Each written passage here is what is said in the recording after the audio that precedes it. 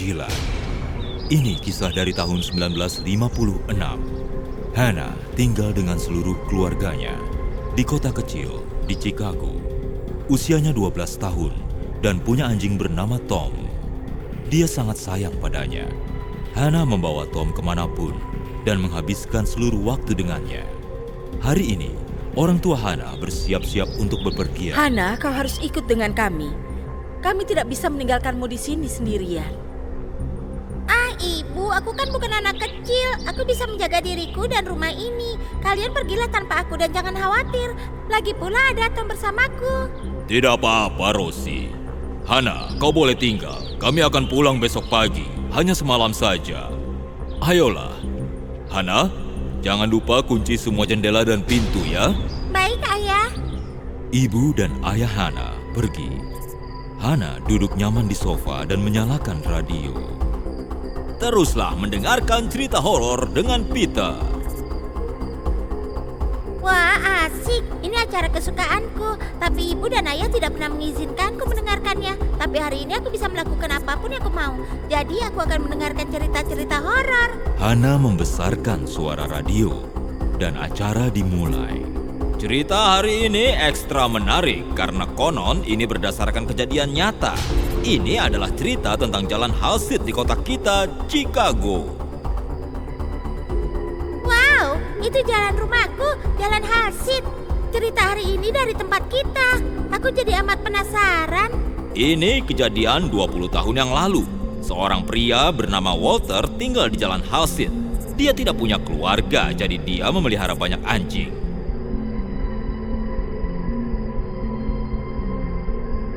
Banyak saudara jauhnya yang mengincar rumah milik Walter.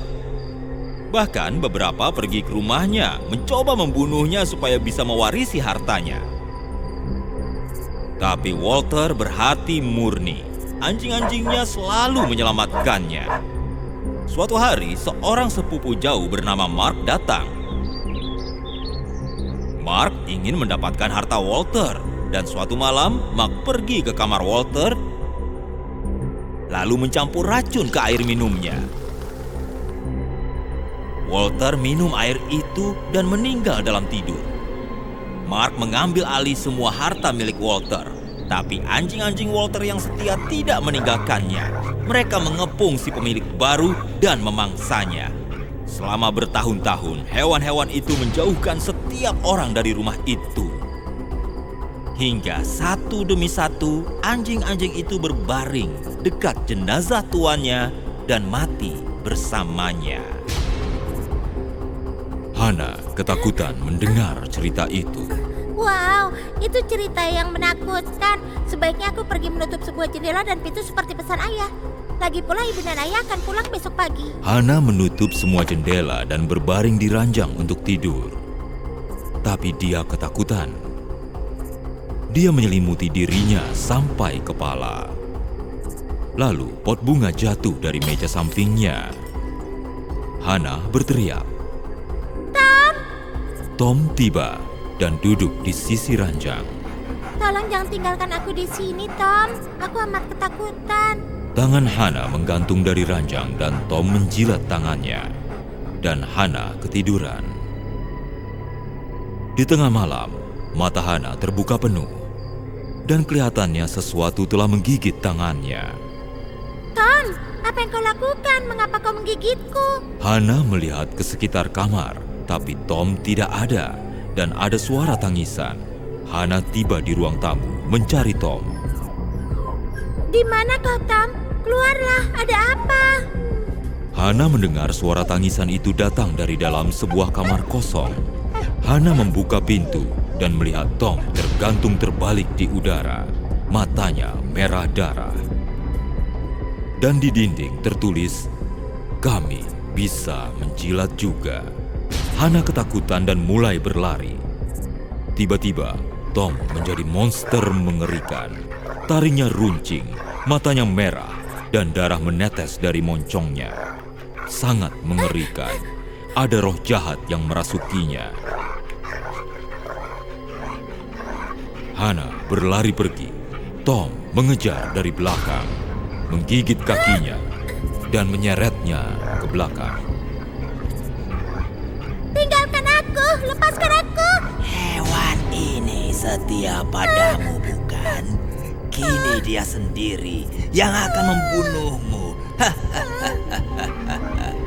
Tom menggigit kaki Hana dengan ganas. Kaki Hana berdarah-darah. Dia terpincang-pincang. Tom menghancurkan seluruh rumah. Lepaskan aku, Tom. Tolong lepaskan aku. Kau adalah Tomku yang setia. Kenalilah aku. Tom mulai menatap Hana. Hana menenangkan dirinya sendiri, mengulurkan tangan yang gemetar pada kepala anjing itu dan membelainya. Perlahan-lahan Tom mulai mengingat Hana.